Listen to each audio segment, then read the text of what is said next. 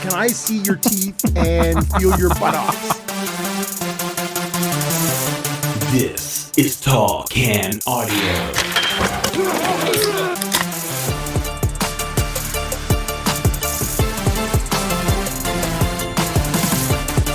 Another week of Tall Can Audio off and running. My name is Matt Robinson, coming to you from our studio in beautiful Bytown, Canada. We're on social media at Tall Can Audio. Give us a follow there. Make sure you're subscribed to the podcast wherever you're hearing us right now. Sitting across the table once again for the first time in a few weeks. Can we say this time for real back to normal? Rob Christie's here. What's happening, man? Reunited. And it feels okay. Feels so fine. It's been a couple weeks, man. It has been a couple weeks. I think so, Matt. Okay. I think so. I think we're good to go. We're back on regular rotations. You were here for... Seems like a couple weeks off, couple weeks on, couple weeks off. Well, so I take full responsibility over the summer. I was fucking off to the cottage, and that's how that went. And then rolled back in September, and then you were gone for a week or something. 2 weeks, back-to-back weekends. I was gone for Thanksgiving. In September, you mean? Yeah. And then you were back for one, and then gone for one, and you. I was gone for one. I'm not coming back. You said. Nope. I think that's how it was. Okay. So. Anyway, you're here now.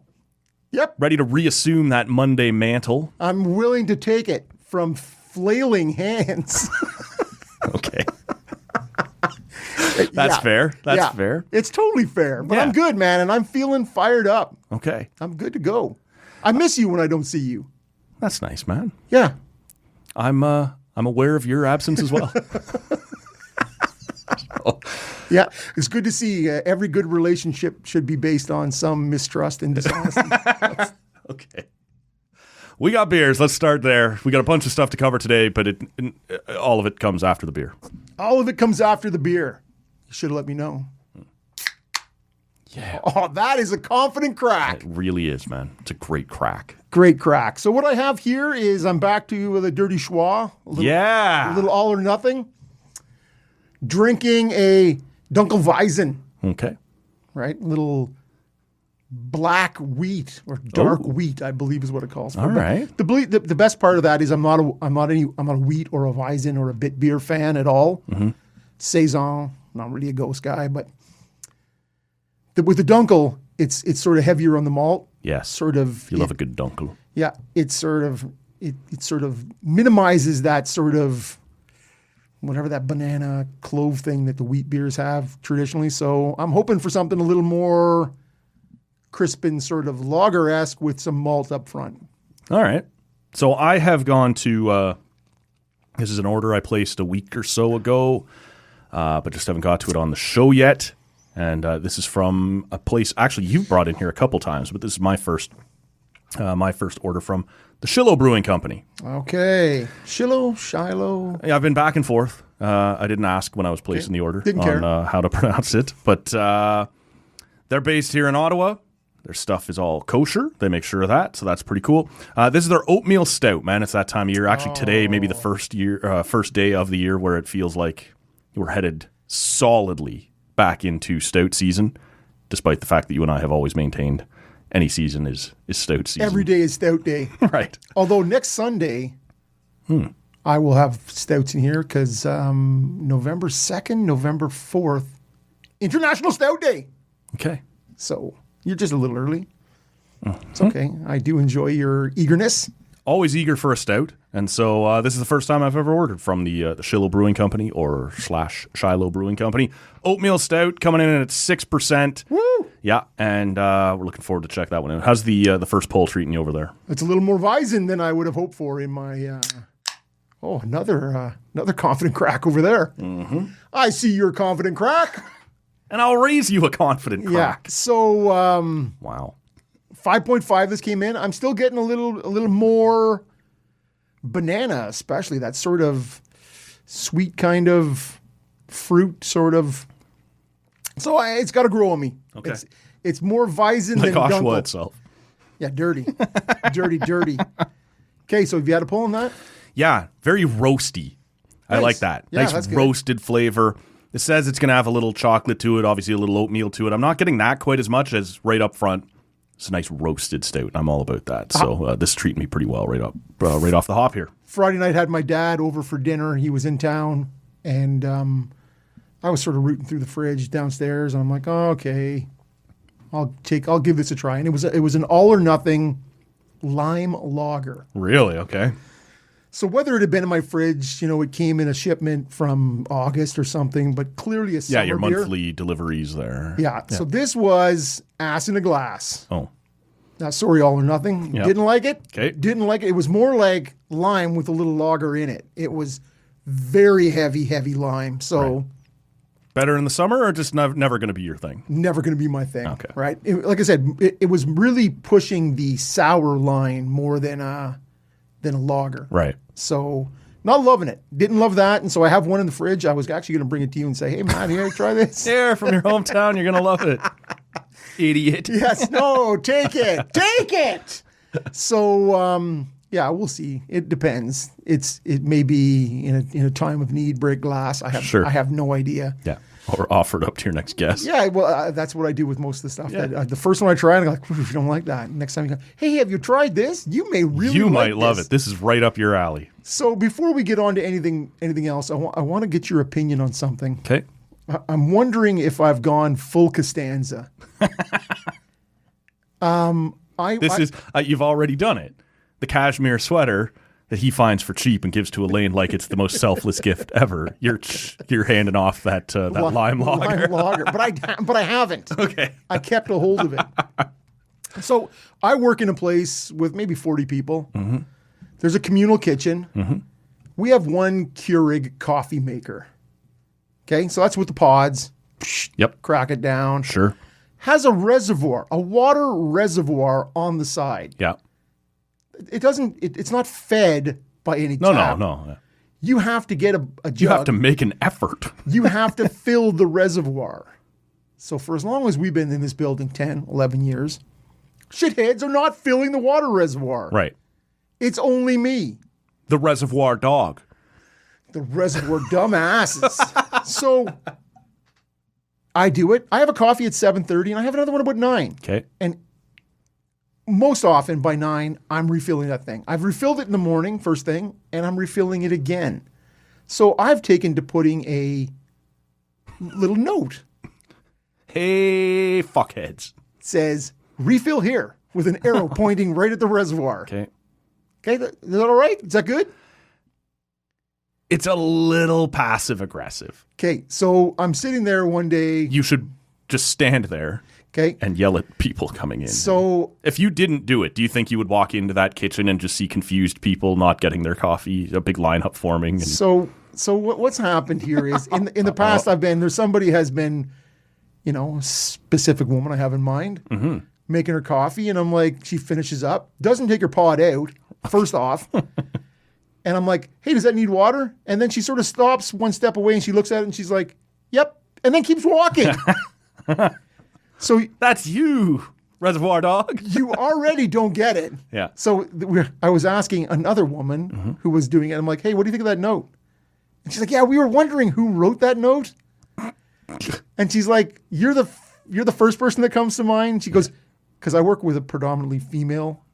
Right. She's like, if a woman wrote that, she'd put a little smiley face underneath it. Refill here. Smiley face. Hey, be friendly about it. Yeah. So... sure as shit, nothing has changed, Matt. No. In a month. No. So starting on Friday, I ripped the note off, pitched it. It's not working. I wrote a new, much more strongly worded No, note. and this is where the Costanza portion comes in. I pissed in the tank. No, I have made my coffee and then took the reservoir, emptied it out, like completely emptied it out, sponged it out, put it back on. Not just dumped it out. I made sure there was not a drop of water. So anybody going in there's no water. Yeah. If I have to do it every time, guess what? You have to do it every time. Okay. If I'm in there getting a bagel, I'm emptying the reservoir, even if I'm not even drinking coffee. What do you think? Sound? It's kind of bitchy. Yeah. Yeah. Well, I was fully aware of it while doing it. This is petty. I would have tried. Now, not saying that I wouldn't have done the same petty thing, but it's worth acknowledging it's petty. Yep. I might have tried one more note. No bad words, but an exclamation mark this time. Refill here! Yeah. Exclamation mark! Right. No smiley face. Like the angry steam coming out of the ears emoji, if you could print that out maybe. I thought you were going to go with a hot Carl right on top of The it. smiling pile of shit emoji that is so popular these days. Okay. Or the clown face for people who... Yeah. All right. I might have tried that. I don't necessarily blame you, but I absolutely won't be surprised when you are not invited to your floor's Christmas party this year. That's actually doing Rob a favor. Okay. So I'm winning twice. Exactly. Winner. All right. Anyways, I just wanted to get your take on that. Okay. I've had enough. Yeah. I'm getting that. And I'm fine. I just, if somebody sees me pouring it out, okay, putting it back on. You're looking them right in the eye the whole time you're doing it. I'm doing this because of you. Yeah, I'm hoping to train people. They're going to get in the habit. They know every time they come in, I got to get water in there. You know, we're living in a society. We're supposed to act in a civilized way. All right. Anyway. So that's what Rob's been up to for the last couple of weeks. I need an outlet. I need something, right? Something has to happen here. Yeah. Okay. But I've had enough. Yeah. So you're all on notice. Yeah. It is shitty. Yeah, and I'm not sure how. Just take your turn. Just do your bit. Ask not what your workplace can do for you, but what you can do for your workplace. Does your workplace have one of those giant water coolers with the big jug on top? Are you the only guy refilling that too? Yeah, that used to be the case. Yeah. No, we now have, because we're in a triple E green building, right? There's the water that's filtered in the wall. So yeah, there's no actual from the tears of polluters. For 100%. 100%. Okay. Should let you all know, if you missed it on Thursday morning, our buddy Lever Sage has joined the team, a part of Tall Can Audio every Thursday morning now, and we've already locked horns a few times. It's a bit of a job when he's in here. He's very combative while he's on the show. I guess that's part of his charm. Yep. And so he'll be here every Thursday morning. That's going to be a lot of fun.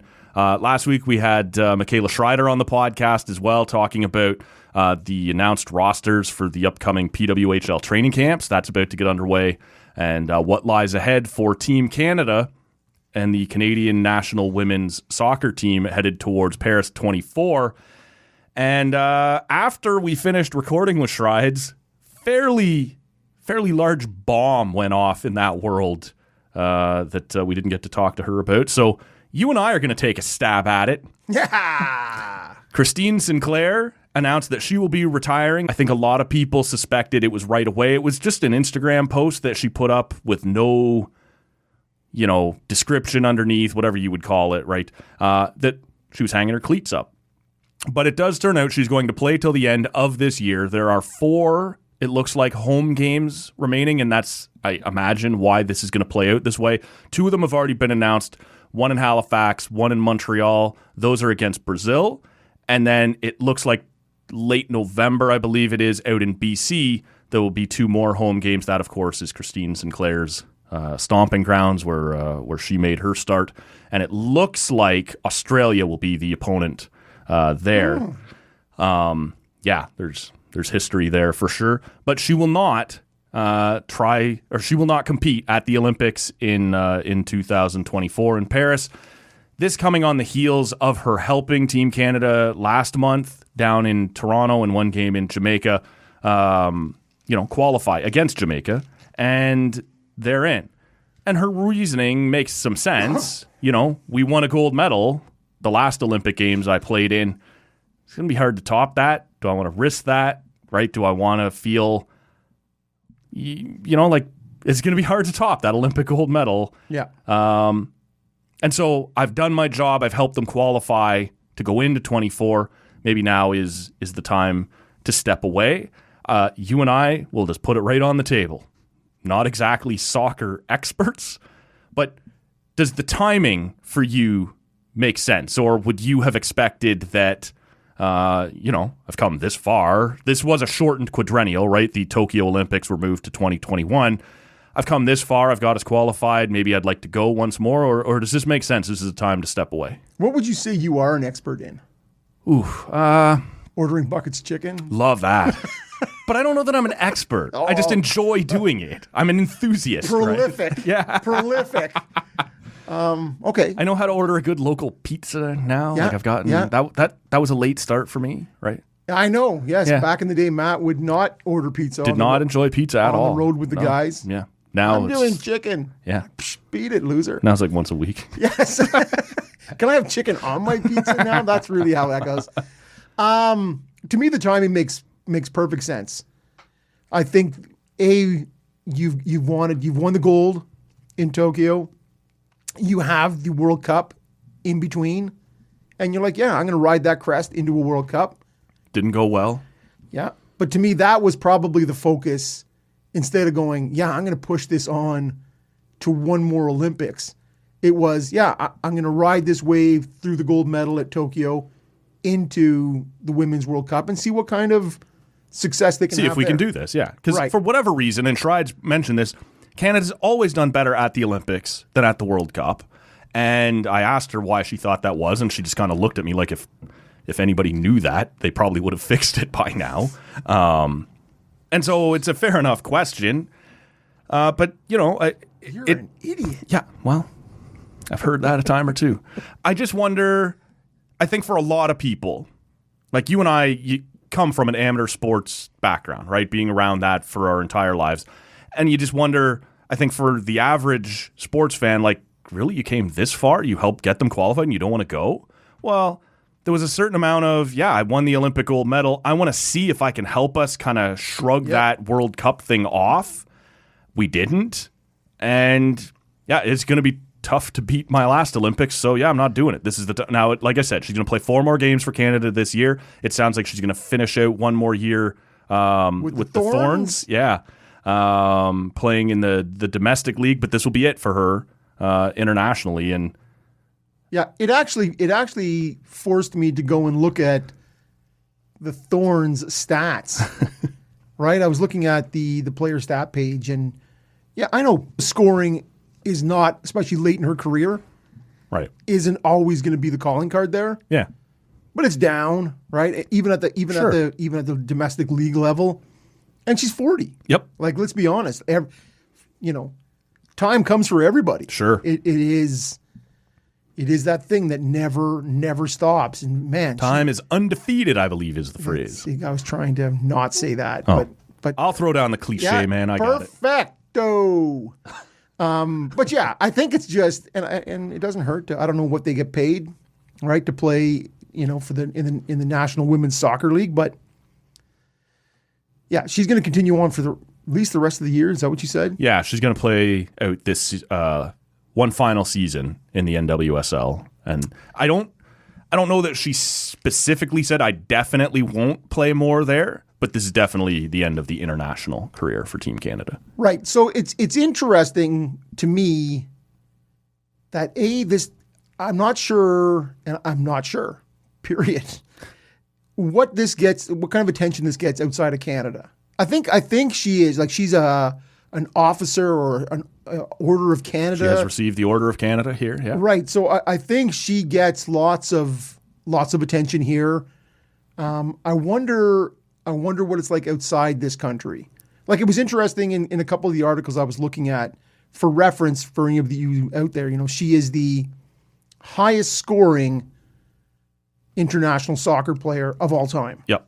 Men's or women's. Yep. She leads the way. And 190 goals in 327 matches. Right. So that 190 goals, in comparison on the men's side, it's Cristiano Ronaldo at 127. Right.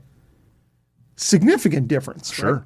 And what I'm really wondering is if people are out there going, well, that's women's soccer. Doesn't. I just wonder if it's getting the same love elsewhere. Yeah, and of course. Let me qualify that. Sure. By women's soccer, yeah. I'm not saying just that there is the discrepancy in talent between the really good female nations, right, especially early on in her career before Correct. the rest of the world Yes. had caught up. Maybe you're beating a couple of these countries 5-0 instead of 2-0 like you are now, and someone's going to score those goals. And so it's relevant to the conversation. Yeah. But even if you were to disqualify that, like no other woman has ever scored more. Yep. And certainly it's worth noting that no man has either. But even if you do want to make that argument, this is the greatest women's soccer player, greatest women's goal scorer of all time. So I'm not sure yet, right? This announcement was just made last week. No doubt every honor that they do bestow on anybody in terms of the FIFA Hall of Fame, these sorts of things will all be coming her way. But I'm not sure either, like what kind of... Canada's one of those countries that, you know, is sort of a top 10 in women's soccer, but has moved up and down a little bit. You haven't been the perennial, like Megan Rapinoe just retired in the U.S., not as successful a player as Team Canada, but on a more successful team in a bigger... Yeah, and a big personality. 100%. So does that get more attention? It almost certainly will. But there's another party that's like, well, Christine Sinclair would almost prefer that, right? Like she's a very low-key... Yeah. The way she announced this was no press conference, no whatever, just here's the video, me hanging my cleats up, read into what you want kind of thing. And even the idea of her writing a book, which she did a couple of years ago with Stephen Brunt, that had to be forced upon her and told this will be good for other people if you do this, right? There's no ego there for her. It's just I do this, and when it's time to walk away. So I don't know how much she would care about what recognition might be coming her way, but it is important for other reasons outside of her own ego, right? Like to point that out. So. 100%. As you see the rise in women's sports, right? Whether it be the Professional Women's Hockey League or the NWSL. And I'm thinking about the Super 8, the 8-pack. What is it they're called? They're looking forward to establish the Canadian Women's Soccer League. I don't know what the official name they're going to settle on here is, but it's dropping here within the next year or two. It was announced last fall. Matheson. Diana Matheson. And so it is sort of, I wonder if she'll take a roll on with that. But as these things start to take root in a much more concrete way, you need people Here's the pillar. Who are legitimately looked at as the GOAT. Yeah. To write those books, to be a little more aggressive in their presence, whether it's your personality or not. Yeah, the amount of recognition and awareness it creates for... Yeah, we need you to step forward, whether you're comfortable with that or not. Exactly. Right? So an Olympic gold medal, 2 Olympic bronze medals, the Order of Canada, 14 times Canadian Soccer Player of the Year, 190 goals in 327 matches for Team Canada. Not a bad career. And we should probably say here, Shrides, we know this is a tough time. We're thinking about you. You're going to get through this. Our condolences, certainly. Look, having to listen to our segment on Christine Sinclair. That maybe that too. But I think it's been a tough week for Shrides as her favorite steps aside. But that is the fact that you and Shrides would record that, and then this would come down. Yeah. Like how many Sunday evenings have I got home and you've been like, yeah, that 30-minute segment we covered on that destroyed 20 minutes after. Almost recording. Always by Pierre Dorian. Pierre Dorian loves the Sunday night move. That's okay. Look for Shane Pinto to be signed tonight. Yeah, exactly. As you're hearing this tomorrow, that'll all come down. They'll have traded. Well, maybe everybody. Sure. Maybe Kubalik and Joseph and Brandstrom will all be. Why not? And Shabbat. Throw him in there too. They'll just all be gone, and there'll be cap room aplenty. Look, there's a few different places we want. Look, I got to tell you, man, it's been really tough over the last week or so to talk about the NHL because you get so excited to get into it, and then it starts and it's like, yeah, but they're 2-1, no matter who your team is, like, yep. Or 1-2. She's like, so what have we really learned at this point? So I want to throw a couple of teams at you. Wait, how about Ottawa 3-1? You're like, we're killing it. Yeah, we're 3-2. We're sucking. 0-1 against Carolina. Oh, I see a lot of problems. 1-1 after that great home opener. We're going to win this whole fucking thing. And every team does. And so it makes it tough, right? Course, yeah. So right now, as you and I sit here, and the only one that might change tonight, I'll mention in a second, but Vegas is 6-0. Colorado, 5-0. Boston.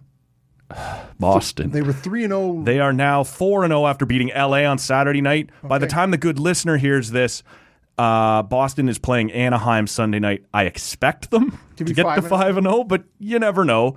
And down at the very, very bottom. So those are the only three teams left undefeated. There's one team left without a win. It is the San Jose Sharks.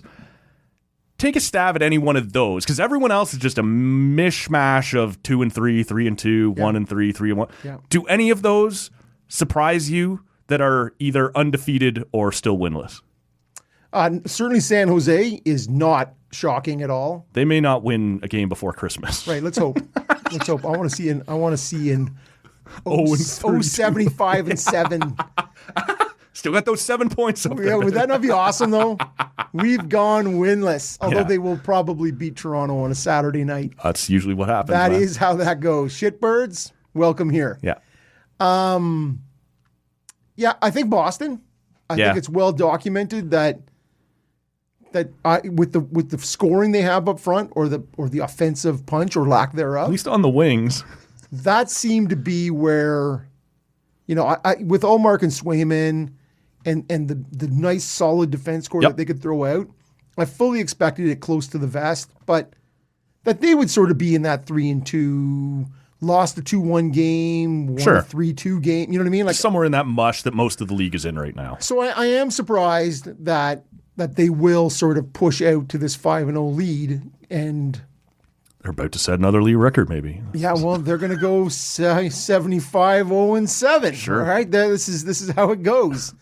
That I would say is surprising. I know there's a lot of ink being spilled and a lot of hot air being shot around about Vegas being the first defending Cup champions to start 6-0. Mm-hmm. Like, what a rando stat! Like 6-0, that's important. I don't know if it's important, but it is interesting, isn't it? Well, we've been handing out the trophy for 100 and some odd years. No one's ever opened up afterwards 6-0. That's and means something. Yeah, it's not nothing. Yeah, but to me, you want to see a hangover for a Cup champion? Show me what December and January looks like for you. Yeah, when the wear and tear is piling up, and when the short summer really shows up. Yeah. Right. To me, that's where. But again, nobody else has ever done this. Yep. Yeah, I get it. Yeah. I get it. In a league that is over 100 years old. Like even 5-0 hadn't been done since the 85-86 Oilers. And then to set the record, you get to go into the Chicago Blackhawks home opener. You're like, I think we can take these guys. Now, Connor Bedard scores a goal basically right off the hop in the home opener. That was kind of cool. CM Punk doing the intros there, the big opening video. Okay. I'm sure you loved that. He's a Chicago guy. You may not have. Yeah, he is. He's a huge Hawks fan. Chicago. In us, we trust. Okay. He's also unemployed right now. So had some time on his hands. Where's some face punching at? Not the real face punch. And I tried that. I got knocked the hell out. Punched out.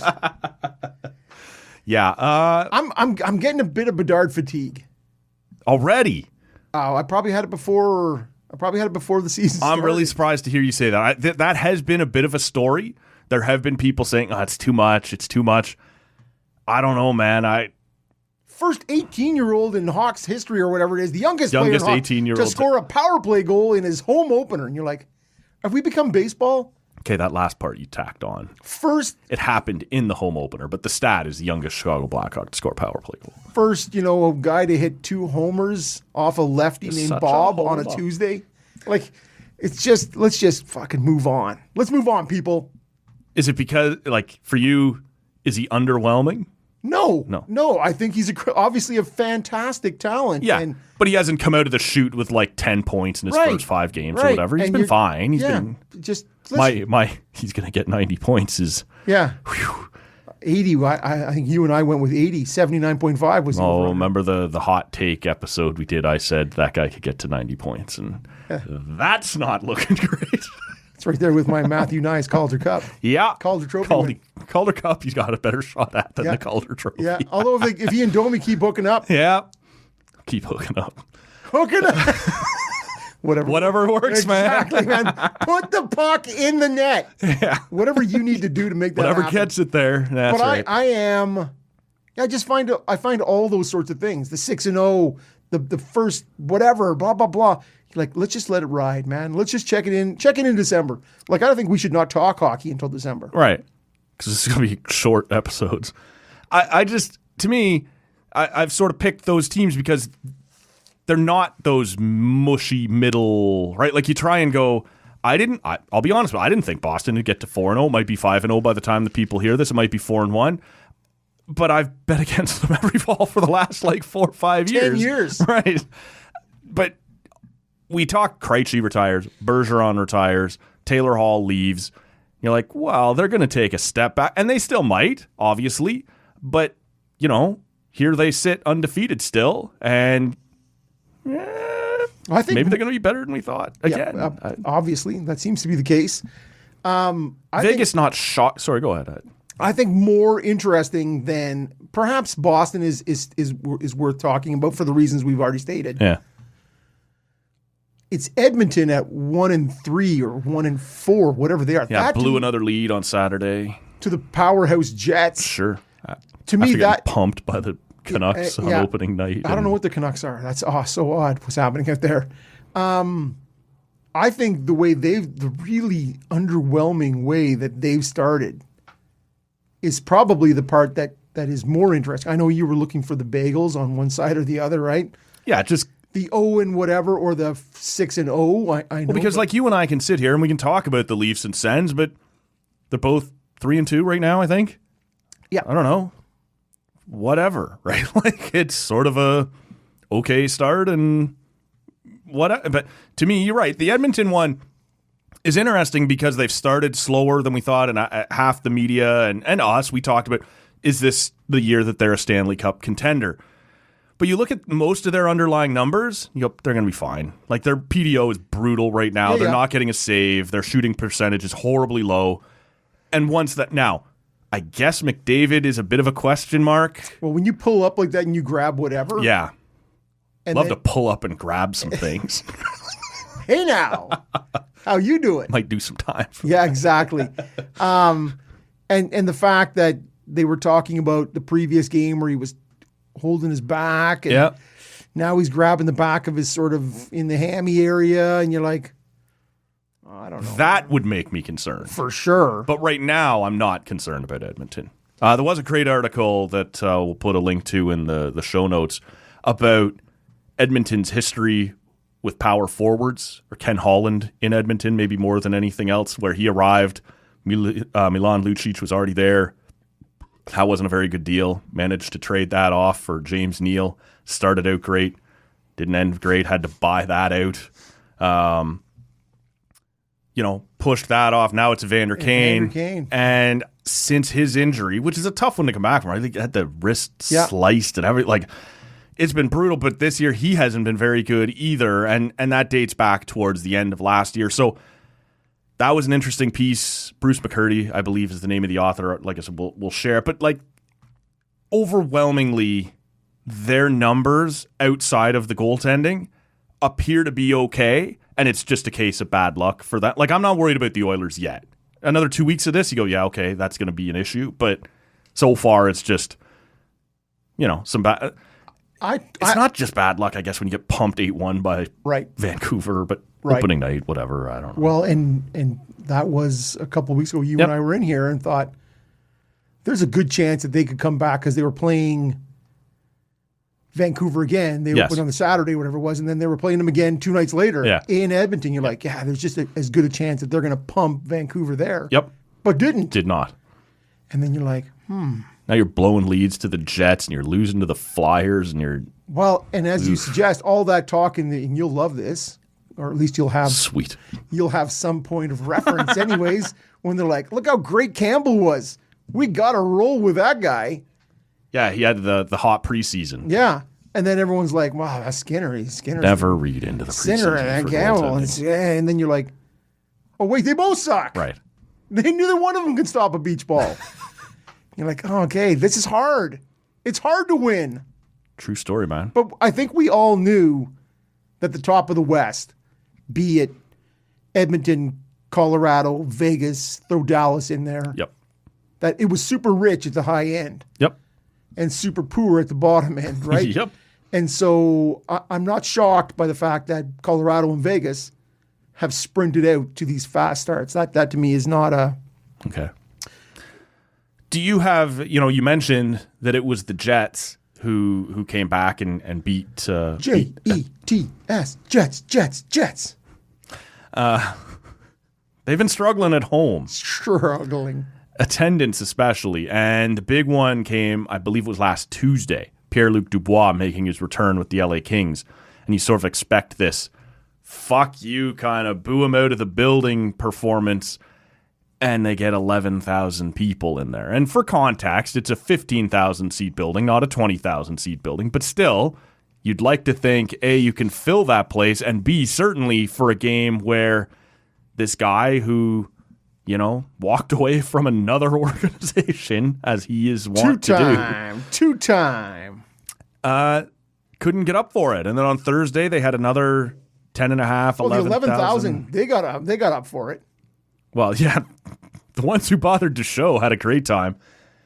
But you and I talked about this a couple different times. I believe, so the team moved back there for the 2011 season, and Gary came in, he gave that finger-waving press conference like, you guys need to sell this out or, this won't work. We've left once. Just shitting all over Winnipeg's party, as Gary loves to do. There's nothing Gary loves more than to ruin a party. And so he comes in, and if you recall, the way they sold the tickets was you had to commit for 5 years to boxes or season tickets. So we talked at the time, 2016, 2017, as those leases are expiring. Are they going to be okay? Is it going to be different this time? And for quite a while it was. And it was a pretty good team. They took a run to the conference final, I believe, in 2017 against Vegas and ended up losing there, but still pretty good. And ever since then, they've just sort of been okay. And now... Calgary Flames-esque. Yeah. And you get to a point where times are hard in all these markets, right? We understand. Things are expensive. You have other things you need to be paying for, other things on your mind financially. But a city like Winnipeg has less room than most, and people here in Ottawa will understand this phenomenon as a small market, not as small as Winnipeg, but a small market, that can hurt you. And you wonder, are we already at a point where Winnipeg is in trouble again? Because 15,000 seats is already small, and that's a sellout. And now if you're not filling that, I don't know, man. Are you worried about the Jets? Because this isn't just Buffalo struggled so far. Washington had a sellout streak years long. That's ended. But Buffalo's supposed to be on the come up. Washington, you understand, is on the come down. They're terrible. They're not good at all. But it's not just a Winnipeg problem. I'm not trying to paint it that way. But Winnipeg is uniquely vulnerable to stroke. The host of this podcast is having right now. Winnipeg is uniquely vulnerable to struggles like this. Well, and I would throw into that, did you watch any of the CFL action on the weekend? No. My own favorite team has sort of rendered my interest in that league. Saskatchewan Roughriders. Oof. Empty seats there, my man. Okay. This is, and now they've missed the playoffs for the second year in a row, but that is a place where it's supported by a province. That's the powerhouse of the league. For sure it is. Yeah. And empty seats there, right? Now that team is sucking, but I think you are at this very unique crossroads of financial hard times. Yeah. Right? Like I just redid my mortgage back in the summer.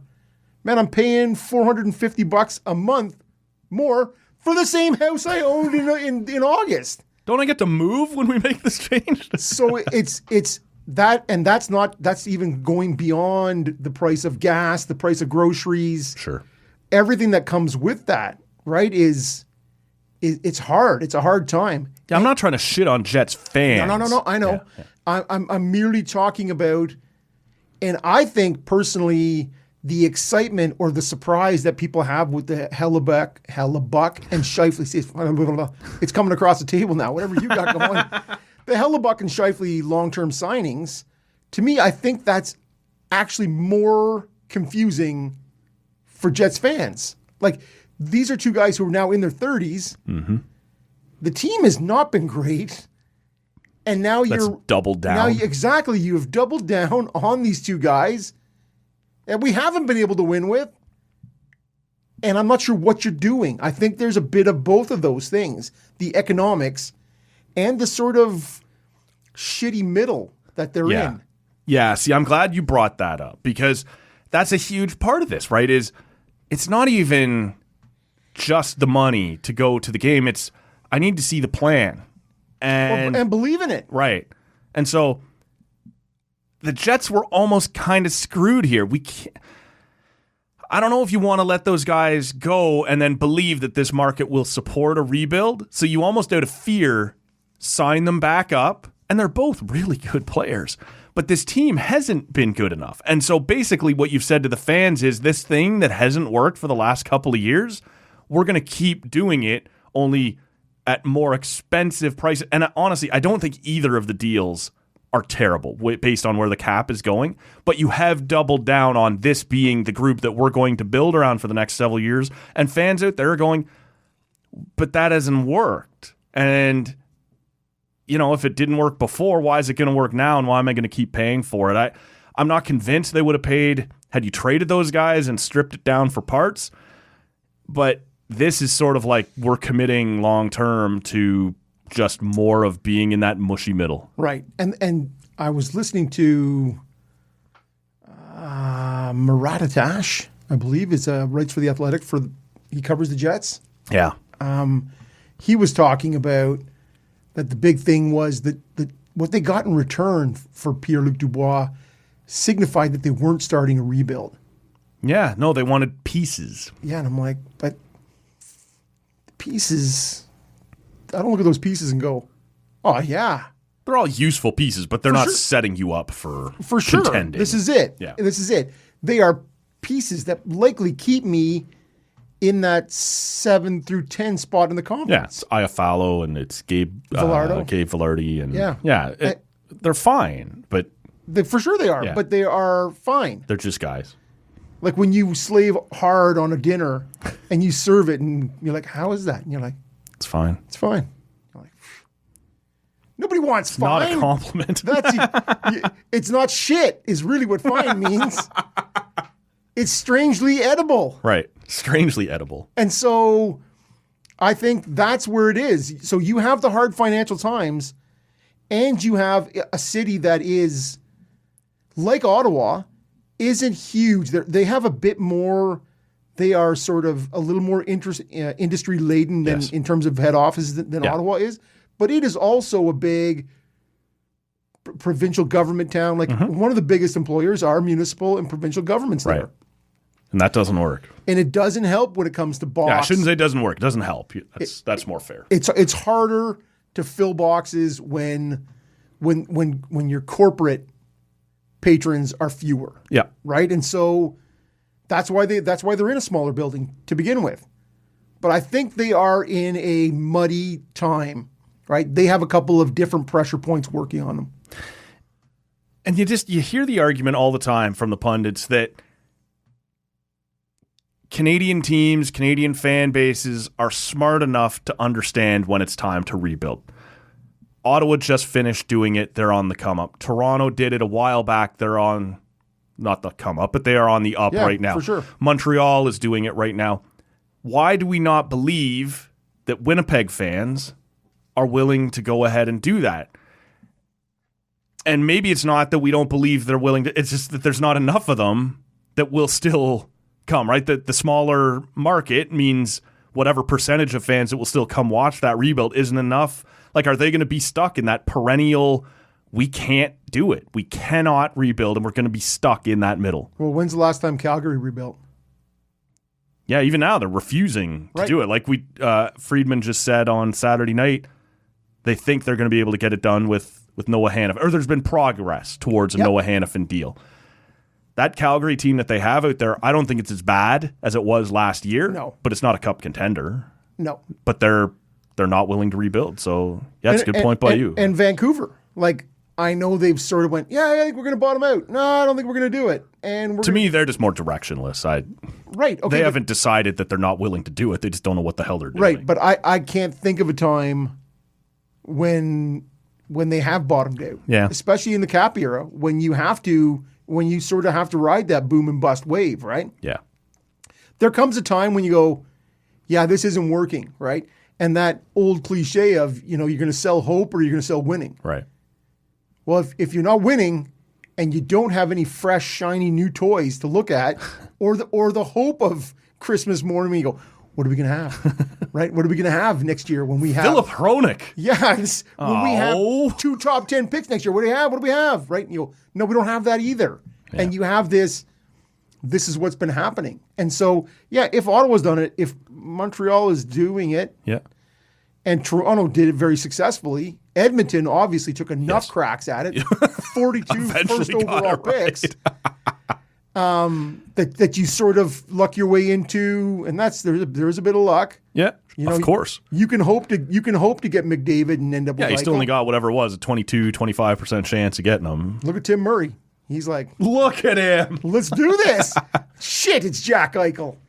Damn, right? But there is the luck of that, right? Yes. And so Toronto, bam, they get their Matthews, right? Edmonton, bam, finally gets their McDavid, and those other pieces, like get your Slavkovsky. Yeah, your Yakupovs, and that doesn't work, right? Your Taylor Halls, that doesn't work either. But we still have Lars. No, we don't have that either. But at least Nugent Hopkins is there now as a nice support piece, contributing, right? Yes. So you have to have some good luck, right? But if you're not selling that, if you have none of that to sell, there's going to be no tiers for the Thompson Group that owns. No. This is big money. They are going to be fine, right? I don't think that it's like the old Rod. Yeah, they're not going to go out and be able to rile up the Save Our Jets chant like the original owners. I guess I'm just to you, is this attendance problem that the Jets are having right now, is this, and it sounds like you think so, and I'm not sure I disagree, this is more about being just a directionless team in a hard economy. Right. Yeah. Yeah, I think that's right. I don't think the fans of the Winnipeg Jets are any less supportive than they were in 1996 or 2011 when they got the team back.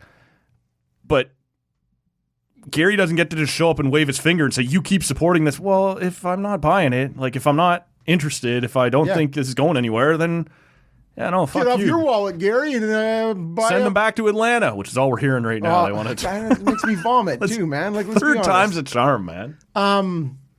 I had some buddies when I was going to fan shop back in the 90s. I don't believe it. At some point, 2 guys from Winnipeg who had come to do radio. I'm Mike from Canmore. Yeah, no, this is, I'm Jameel from Dauphin. Yeah, totally, eh?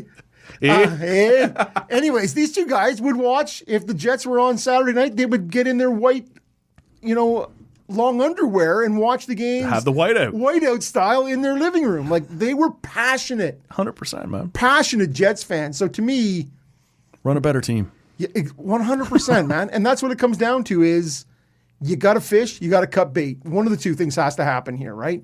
And I don't think they're doing that. Right. Shovel Dayoff needs to, you're the smartest dude in the room. How about you get Shovel laid off? Yeah. Why don't you go back to work for Chicago? Oof. Ooh, no.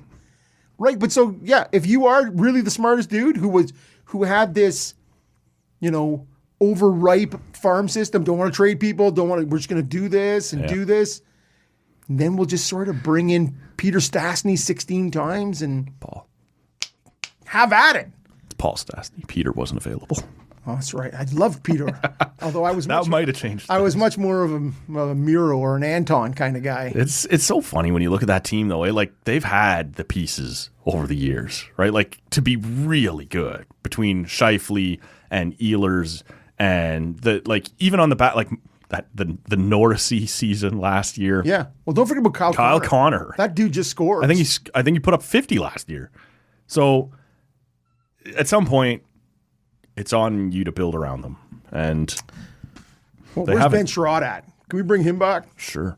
Love that guy. Currently lighting it up for your Detroit Red Wings. Yeah, that guy's a stiff. You mentioned, you mentioned a little cast or cut bait. It's time to cast for another beer. Let's do that. It's time to have a pee. Is really what it is. Right.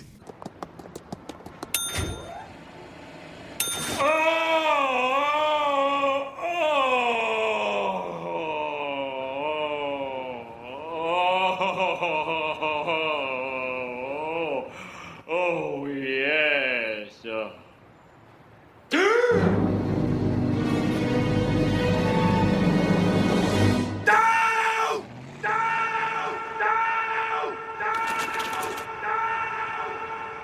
All right, we're back in. A couple more beers. I'm going first this time. I'm standing with Shiloh here. We're hitting that again. This time, they're NEPA, 5.6%.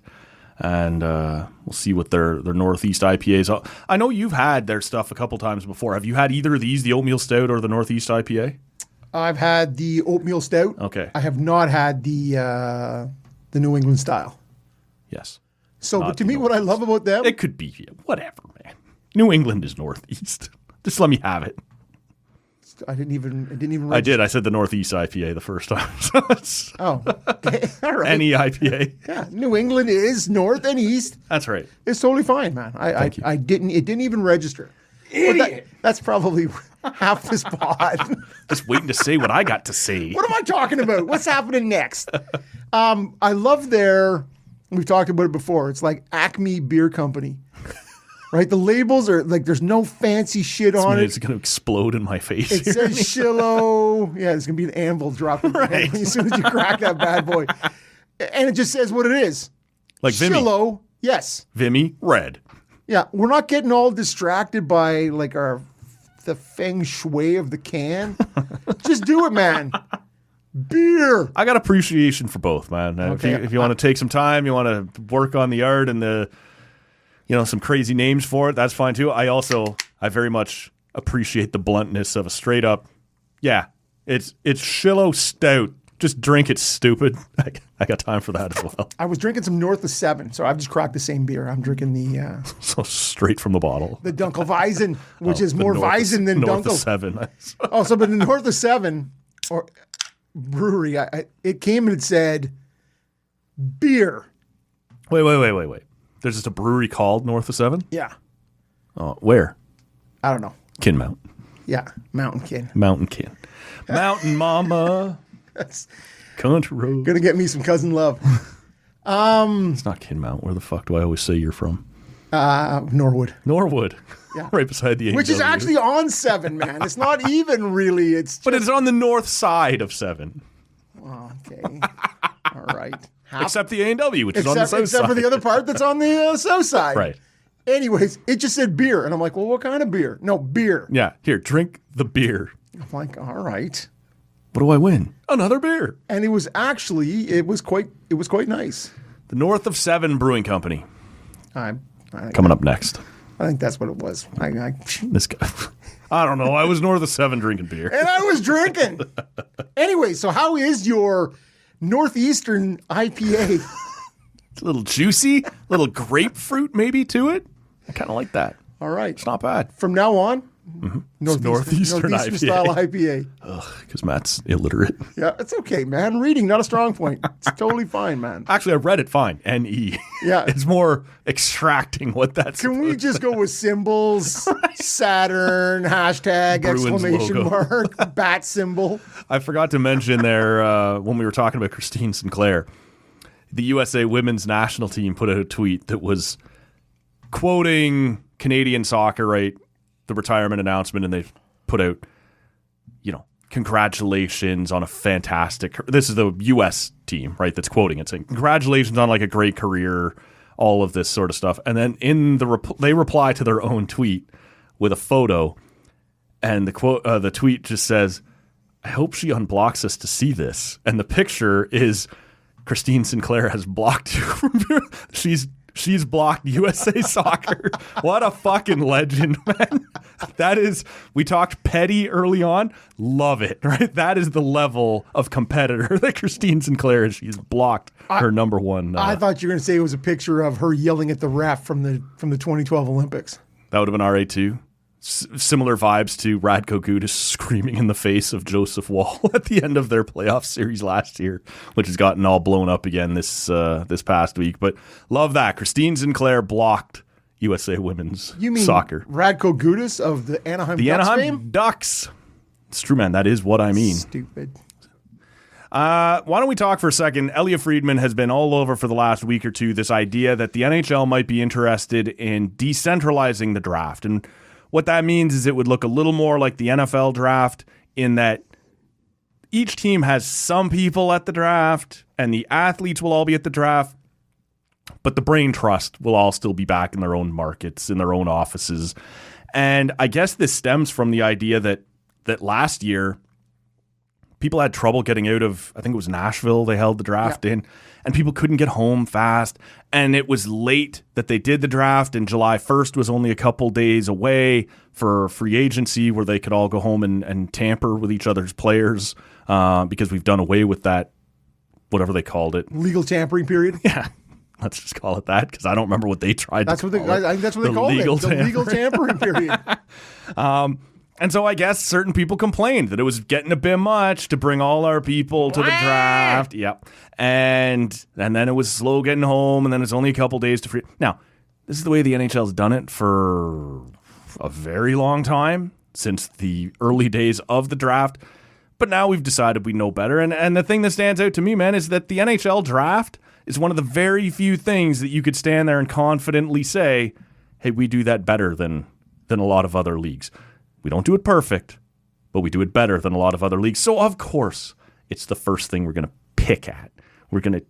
That's the thing we're going to change. I'm curious what you thought of this idea of, everybody stays in their own market except some of the players show up and there's kind of a party, but there's not a whole, just changing the draft into this NFL, NBA style. See, my initial reaction was I was repulsed by it. Okay.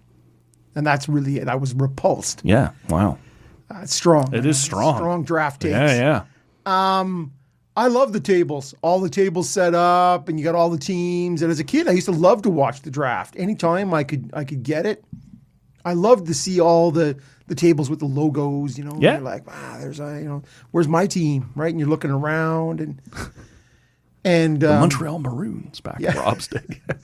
Yeah, it sure as hell wasn't the Toronto St. Pats. The Wanderers. That right now. Yeah. All who wander are not lost. It's important to note. Many are, though. For sure. I usually am.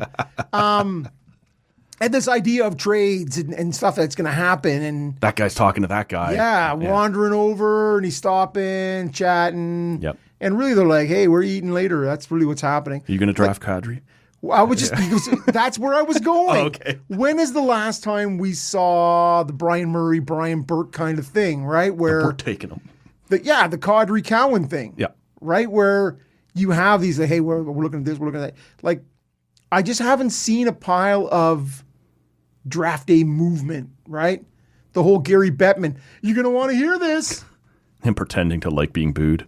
Yeah. Well, and do you think he's going to do the Roger Goodell thing where Gary Bettman is hugging the draft guy comes up because there is no team execs there. It's whoever the draft pick is, and it's Gary hugging him like, hey man, high five, and doing the Roger Goodell thing. No. The high five, the Gary Bettman high five. If that's where we're going, slapping in the groin. All right, suddenly I'm in. He's a short man, right? Yeah, 100%. So unless it's Quinn Hughes coming up, everybody else is getting a swat in the pouch. Little Mitch Marner. Yeah, exactly. Hugging, wearing tight pink shirts. Yeah. Have at it. So, but then I moved to really, do I care to see the owner's son up on the stage too and all that Enough shit? of that. And so I guess my thing is, I'm not saying it's perfect. I'm not saying we shouldn't tinker. I'm not saying we couldn't take this down from, I think they're allowed 20 people at each team table to like 12 could probably successfully make a draft pick. How about 3 at a high boy? Couple of pub tables. Yeah, this is it, man. This is it. We're going to push those you and together. I have made some crucial decisions around pub tables. I don't know why these guys think they're above it. That's Exactly. That's a two-man operation, though. right. Way too many beers. Yeah. Where's No regard for any salary cap. Where's the exit? I gotta hurl him. I'm in a cubicle. Sorry, man.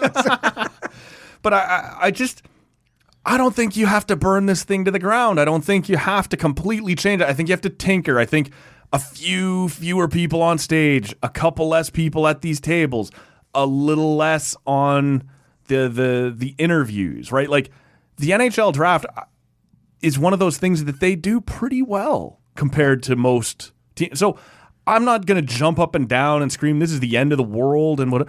I just think you're throwing out the baby with the bathwater, right? How about you roll into town with your GM, your assistant GMs, Head scout, your amateur staff, and bring your head pro scout. You don't need all of your staffs there. No. And that's it. Like you got people there doing interviews for Senators.com and the Leafs Twitter account and whatever. Like the fact that you're bringing all these people, that was your call, right? Like, yeah, just bring one media person, one PR person, your GM, your head scout, as you said, maybe an assistant scout, whatever, your amateur draft people. Like, just stop making it quite as big as it is, and then you could carry on doing it the same way.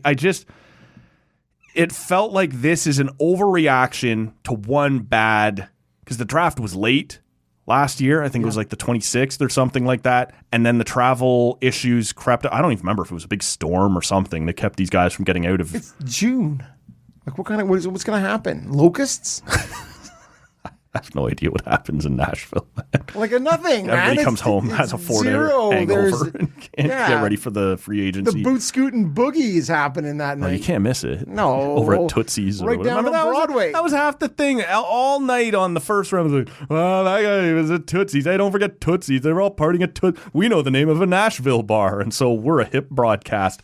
How about you just settle down, make your picks, they go over and speak to one person, right? You don't need multiple media partners to be there. You if you're national broadcasters or ESPN and Sportsnet, you have like your best of each combined at one table and just carry on. To me, this feels like a massive overreaction and a opportunity to pinch pennies on something that you do pretty well and you're throwing away for no real reason. Yeah. You clearly are less... No. Yeah. You were at a spot like never before where that picture of Dubas with two phones and somebody with a third arm holding the third phone. I have no idea. Where's that come from? It's like a baby holding an apple. Love you, Kyle. Good for you, Kyle. Yes, for sure. It comes down to with the amount you meant an Apple phone, people. The amount of Zoom or Teams, you got your hardcores with you, and then you have the rest of your staff wherever they are on Zoom. Like, if you need, you like never before in this day and age, you don't need to pick up the one rotary dial phone at the table. You have instant access to all of your staff no matter where they are. I think across the board, there's just too much leaning into pandemic era.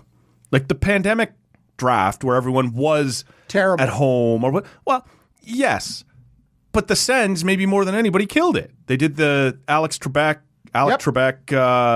Stutzla. That was fun. Like to incorporate that kind of thing. That was kind of neat.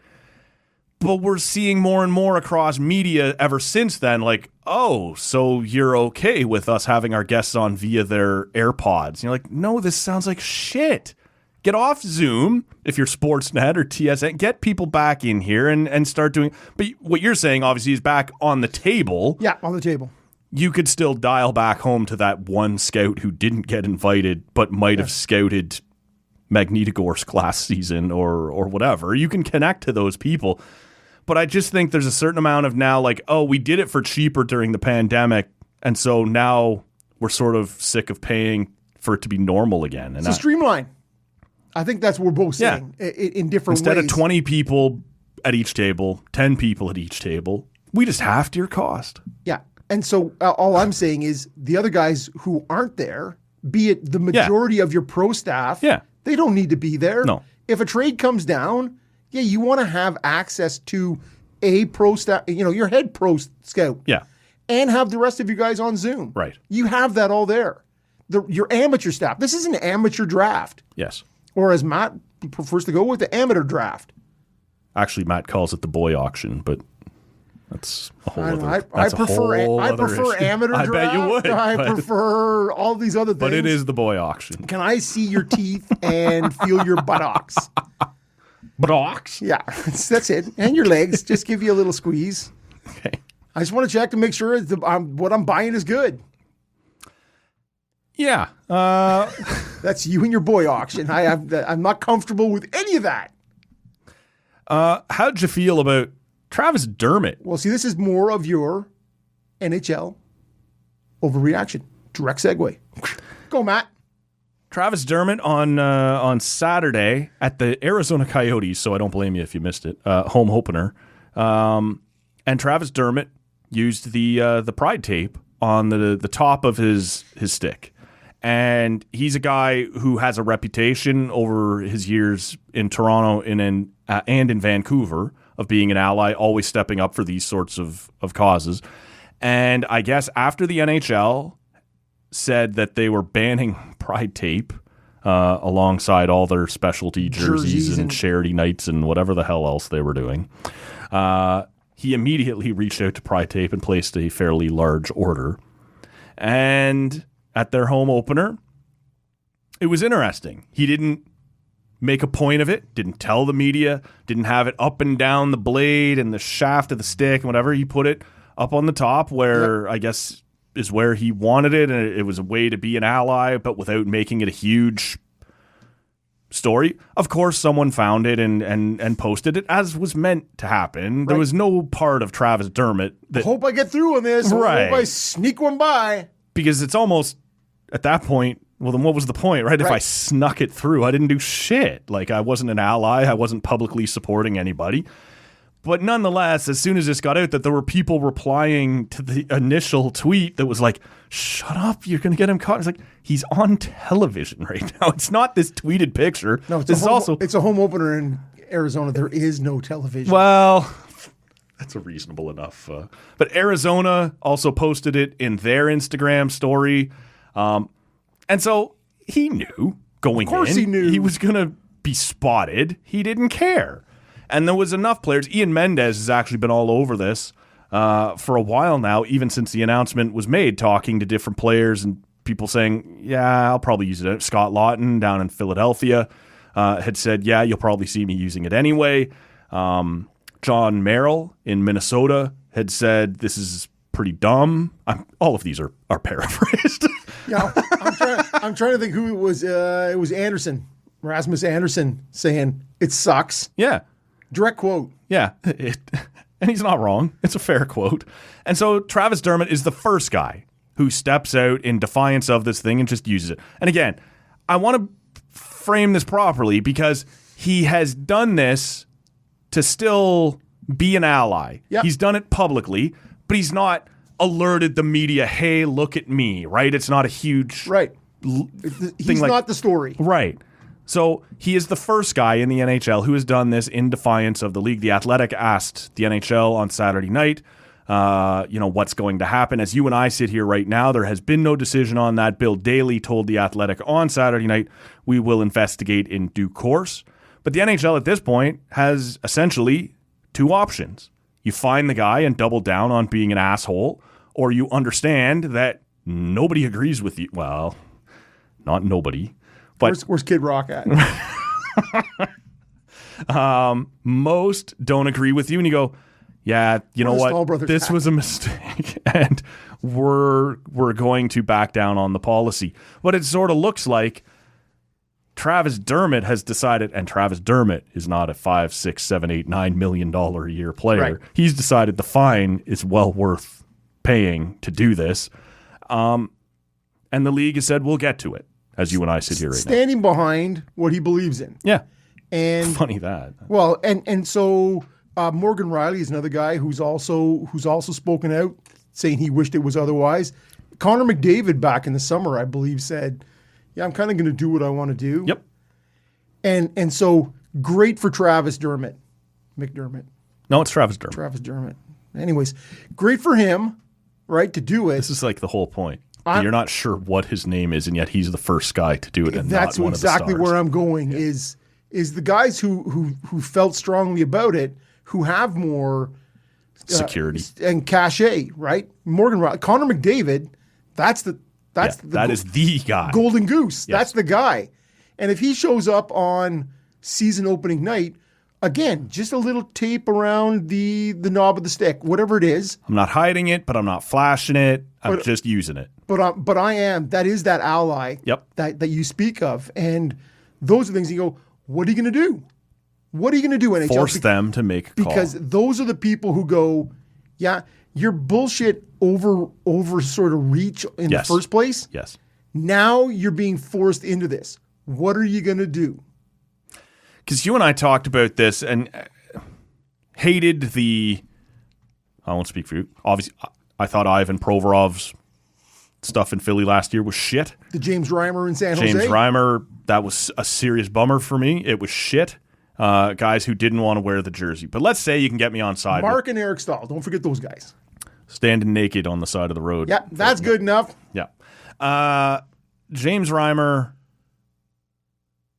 was for quite a while one of my favorite players. Yep. And this was a bummer for me. Now, you look at it and you go, let's say that you can talk me into, it's unfair to ask these guys who don't believe in it to wear this thing. Let's say you can get me that far, right? Go, yeah, all right. It wasn't fair to ask them. You have gone so far in the other direction. Go, by the way, anyone else who might want to do anything, no, fuck you. You can't do shit either. The guys who don't want to do it, we're letting them off the hook, and we are forcing you all to go stand with them because we don't want them to look bad. It's right? the classic tail wagging the dog. That's exactly what it is. And it's what if we leave it as an option for you to use Pride tape and 16 of you do it? Well, it looks bad on those other two guys, and people might ask them, like, yes, that's exactly what will happen, and fuck them. You can stand by your beliefs at that point. Right. So they didn't want to do it, and they just said, so none of you can do it. And for the record, go ahead. I don't agree with it, but you can do your thing. You don't want to come out and wear the jersey. I don't agree with that. It's not hockey is for everyone, which is what you suggest. Clearly. But if that's the case, the two who don't want to wear it, don't come out. Don't do the thing. That's right. So, you have that right. 100%. And now I get to form my opinion on you based on, and that's the part they're trying to cover up is, well, it might make those two or three guys look bad, so we're just not going to let anyone do it. Which is what... That's the bullshit. Yeah. When this happened last year, that's what I had said to you right here on this pod, was the NHL is going to do what's right for the dollar, and if they feel like this is going to hurt in any way, they're gonna mothball. Yeah. And they went hockey fights cancer, military nights. You're out. Heritage nights, all of it. Can't do any of it. It's gone. Garbage. And so I'm with you, I think. You'll correct me if I'm wrong. I would have preferred to see someone who isn't making near league min go first, but power to Travis Dermott, who said, yeah, fuck it. I don't know what it's going to be, $5,000, $10,000. Well, what is the maximum fine? The maximum fine is... See, this is the thing I wonder, because the PA also has remained... quiet.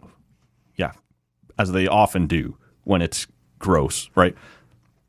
When you see a suspension, because I cross-check you in the teeth, their job is to defend me as... But I also pay dues, and I have no teeth. Right.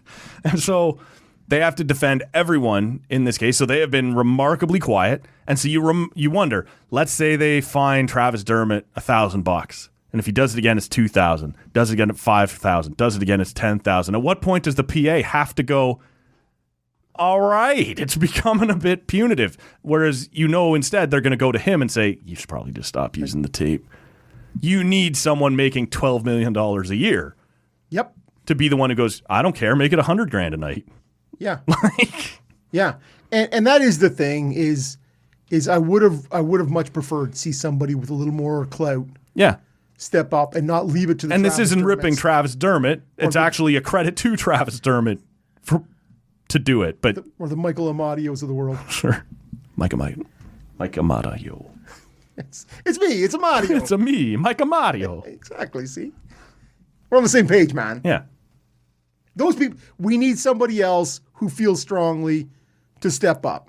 Do you think the Travis Dermott thing makes that more likely, or is the league about to make an example of this nobody? And Hope so. Yeah. Let's see what happens. Yeah. What are you going to do? Because as of right now, the fact that the NHL didn't have something ready seems wishy-washy and not the NHL and ill-prepared, right?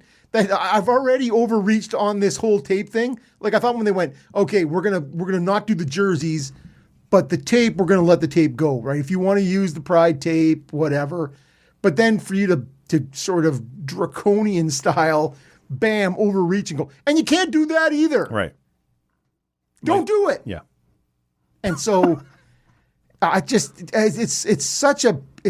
like they've gone further than they had to. Yeah. And you're like, yeah, watch me kind of thing. And then now you're ill prepared for the blowback.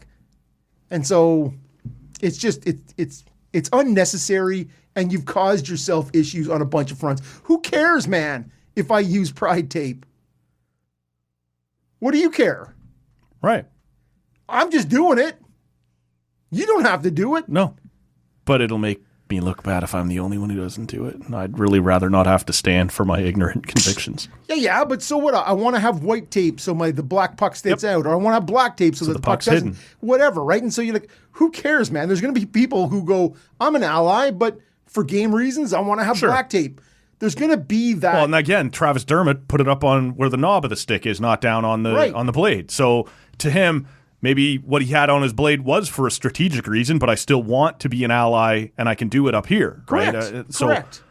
Yeah, and they're going to fine him for it, and I want to see what it is. Yeah, and I'm interested to see what move the NHL makes next, because to me, you've created this problem for yourself. Yeah. Again, as per usual. I look at it and I wonder, like you said, where do we go next? What does this look like? Because every week we see some sort of cross-check, and it's like, we have fined so-and-so $2,500, the maximum. And they always put it in the tweet, in the announcement, in the press release, the maximum under... Oh, it's heavy. Right. This is the most...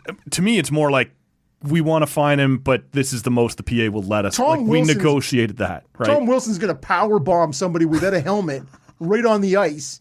$2,500. Not Brian Wilson. And so it says we fined him $2,500, the maximum allowable under the CBA. What is the fine to Travis Dermott? Is it more than the fine for cross-checking someone in the face? Is it more than DDTing someone in the crease of? Nice. I want to see. What is that? I want to see both the DDT and the fine. Yes. I want to know, is this something capped by the PA, negotiated out? And I'd really like to see the PA say just about anything, which to this point they haven't yet. Well, it is only one player, right? It isn't player on player. Mm-hmm. It's just a single player doing his thing. Right. So I'm curious, just before we get out of here, and like I said off the top, there's a bunch of mushy middle stuff in the NHL I don't want to bother getting into. But one of the things we did see out of the Sens over the weekend was a loss to Detroit. But I'm more interested in the reaction to DeBrincat and the debate all last week about whether he should be booed or not. I don't suppose you were in the building. I don't know if you were standing booing your television or not. Any thoughts on the reaction to his return to Ottawa? I am in the building on Tuesday. The Craig Anderson night. 100%. Okay. I have 6 games this year I've already bought. Nice. Starts Tuesday, so I'll be there for the Andy night. If I was in the building, I'm booing him. Okay. Do I understand? He didn't want to get traded to Ottawa. He was traded, and he didn't want to stay here. He wanted to go elsewhere. But as a season ticket, paying guy, you've turned your back. So I would have booed him. 100%. That would have happened. I just, as you said, he was traded here. Yep. And I was going to say against his will. We don't even know that that's... Clearly. When you're traded, Yep. you have no say in it. And at the risk of being labeled, perhaps correctly, a hypocrite, you have heard me on this podcast say repeatedly, it's stupid when Toronto boos Kessel. It's stupid when Toronto booed Phaneuf. Ottawa boos Zdeno Chara. Although he at least left as a free agent. My point with Kessel and Phaneuf is they were traded to Toronto, and then they were traded away from Toronto. Neither one demanded a trade. Neither one. But, and when I look at the DeBrincat thing, as granted, a non-Senators fan, is he was traded. It didn't appear to work. Pierre Dorion, I guess, pointed out, led the league in hit posts. Which was and then he just said, I'm probably not going to re-sign. Again, didn't demand a trade out. Obviously, the natural reaction is, well, if you're not going to re-sign, we have to trade you. That's fair enough. But I kind of look at it like the really hardcores on my Twitter feed are telling me it's not so much that he didn't want to be here, it's that he would only agree to sign long-term in Detroit, which made it hard for us to trade him and get enough for him. And I look at a guy like Claude Giroux, who did the exact same thing to the Flyers, said, I'll go to Colorado or Florida, and that's it. And then after that came to Ottawa. But he ended up coming to Ottawa, so we like him and we'll ignore, it didn't affect Ottawa, so it's okay. Yeah. And I sort of wonder if there isn't a line to be drawn there that, Giroux was ready to go home, and that's not what played out at the actual trade deadline. Yeah. You know what I'm saying? Yeah, but him coming to Ottawa, just to be clear, him coming to Ottawa was as a free agent. Yep. So But he did that to Philly. I know. He did the same thing. But you Philly. can understand why Ottawa fans don't care about that. Well, would be detached from that. Sure. You're like, Giroux, you can't sign here because you only gave those options. No. That's right. But I just want, if we're being real about this, if we're talking about this being professional hockey, a guy wanting to go where he wants to go, Giroux did it once, right? Yep. I'll only go here and here from the trade deadline, and after that I'm going to sign to come to Ottawa. And DeBrincat did the same thing. If I'm leaving Ottawa, I'm probably you can trade me wherever you want, but I'm not going to sign long term, which means obviously the trade value is very different. Right. And I don't know. I'm not in Philadelphia at the time, right? And remember, he also wasn't going to go till after game 1000. That was a part of it right before the deadline. It was the final game right at the deadline. Yeah. But it seemed kind of like, unlike with other people, and I don't want to get bogged down on Claude Giroux. No. But it was, I'm fine to go to those teams, or I'm fine to just stay here and play out the season. Yep. That's kind of the impression I got. That he maybe wasn't in a rush to get out of Philly. It wasn't like, hey, trade me away, this is terrible here. But if you But DeBrincat didn't say that either. Right. And so, as I said to you before, he was traded here, and we talked about this a year ago, not even like 13 months ago, in his first time he met with the local media. Somebody said to him, hey, you're free to sign an extension. What's your interest in staying here? And to me, his answer was super telling at the time. He's like, yeah, we'll wait and we'll see, which is fine. Sure. That's it. But he's like, I haven't played a game here yet. He's like, they got a lot of shooters here.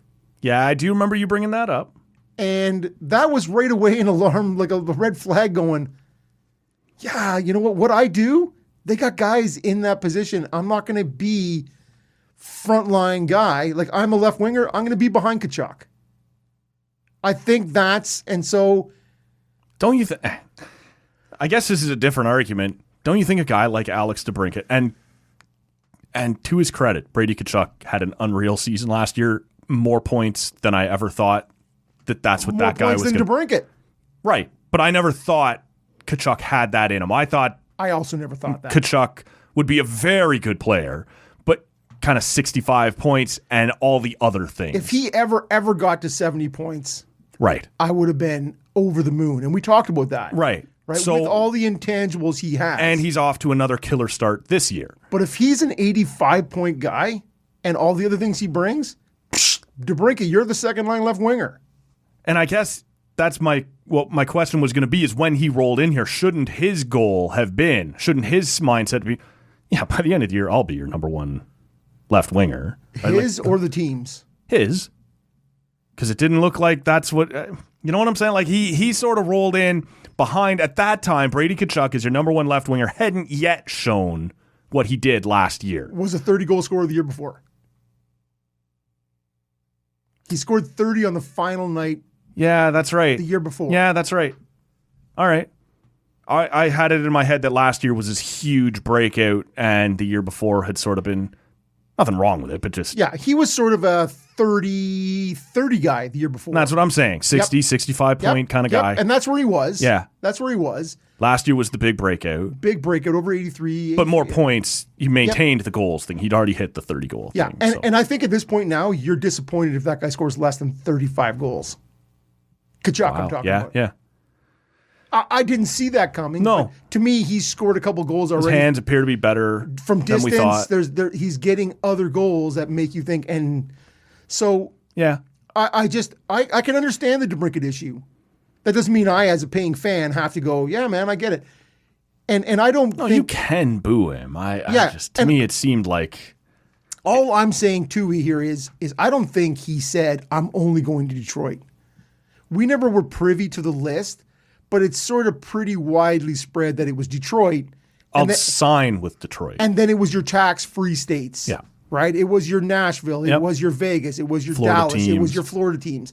Those were the teams that it was widely understood were on his list. And so when you start to look around, you're like, well, there's not a real Nashville maybe or Detroit are really the only viable trade partners in that list. So let me just ask you then, because it's quite possible coming from my cheering for a big market, spend and pay what you want to get who you want. Is there a part of this that is that small market? He won't play here. He doesn't want to stay here. 100%, we're feeling a little spurned by this. Yeah, of course, man. There is a built-in feeling in this market, which is you look for the things that say, I'm not going to sign here. Right. I'm not going to sign here.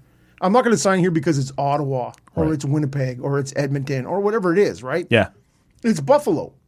It's whatever those things are, right? That make you say, no, it's not a desirable. Ottawa's a desirable team for guys who are in their early 30s who have kids, and you're like, yeah, man, it's a great minor hockey system, and it's a big town, small town, and it's a great place to raise a family. Columbus, so those sorts of things for the young guys, it's not, and you feel that, right? You go, we're gonna have to overpay. We're gonna have to overpay here. So there's always a bit, no matter what anybody says, there's a little built-in that you're that guy. Anti-establishment kind of, we're going to have to fight above our weight. Well, and we got to draft. Yeah. We got to draft, and we got to develop from within and hope for the odd Claude Giroux. Sure. Right? Those sorts of things, right? Who, again, has been better than, he's shown more than I thought he had left in the tank since he got here. For sure. So, but you look at it's in terms of, and again, I can go in fully eyes wide open on the DeBrincat thing, which is,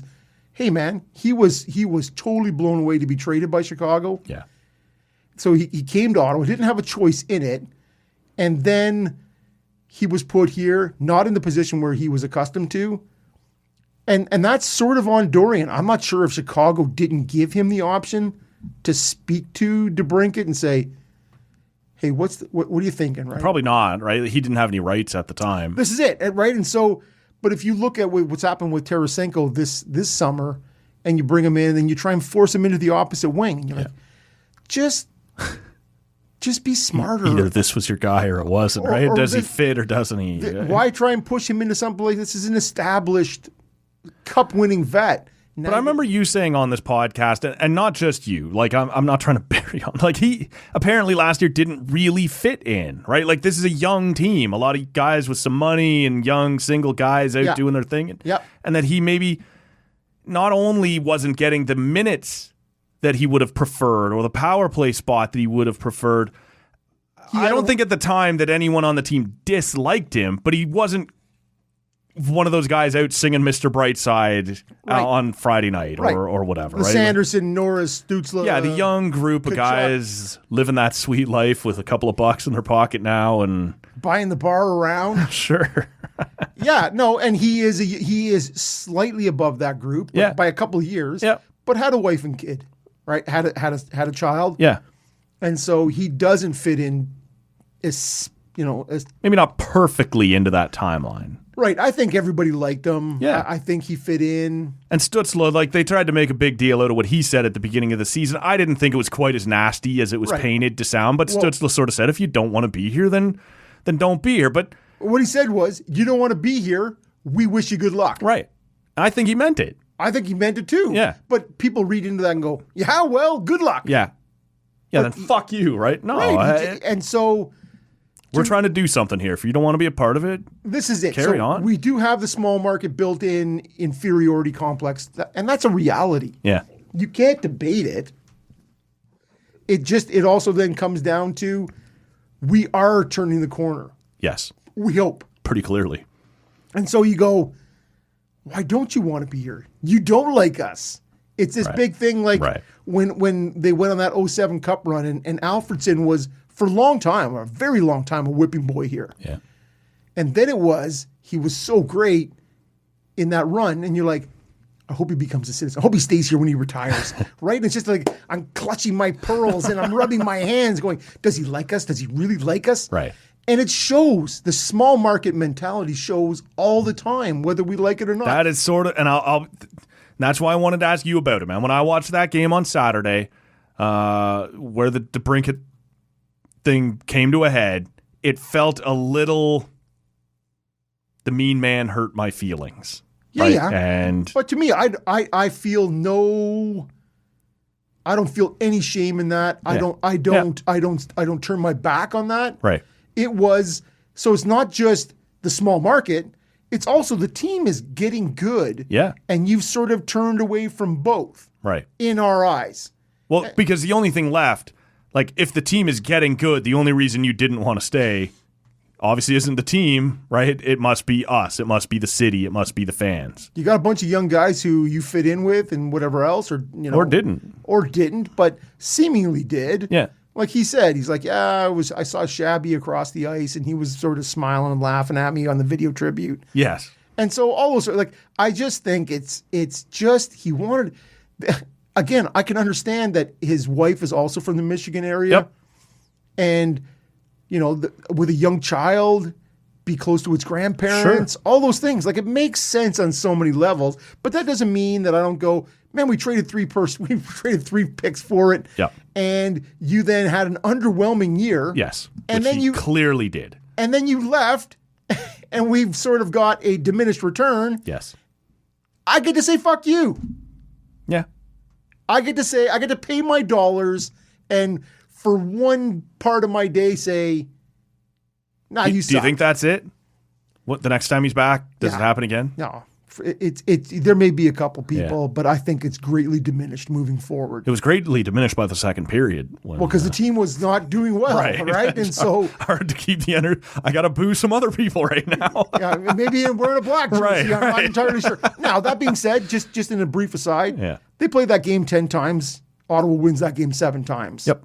Like, to me, Ottawa had a really outshot them like 17-3 in the first or whatever it was. And so to me, there was a hot power play unit. Yep. And at the end of the day, there's some things Ottawa did that they maybe would change, but I don't feel Ottawa played terribly. They didn't. So to me, I'm not greatly bent about it. But at least we can put aside that whole Brady who wants something from last year, right? We can put that to bed. It's a fun beer. Yeah, I totally get it. But so that to me is, let's go, man. It's going to be a rivalry for a while now. For sure it is. Yeah. We'll wrap this one up here, I think. I got a couple of those, unless you're officially putting a lid on it, I got a couple of those Who Wants It beers for you to send home with you for the next Sens. I don't know anything about what you're talking about. All right.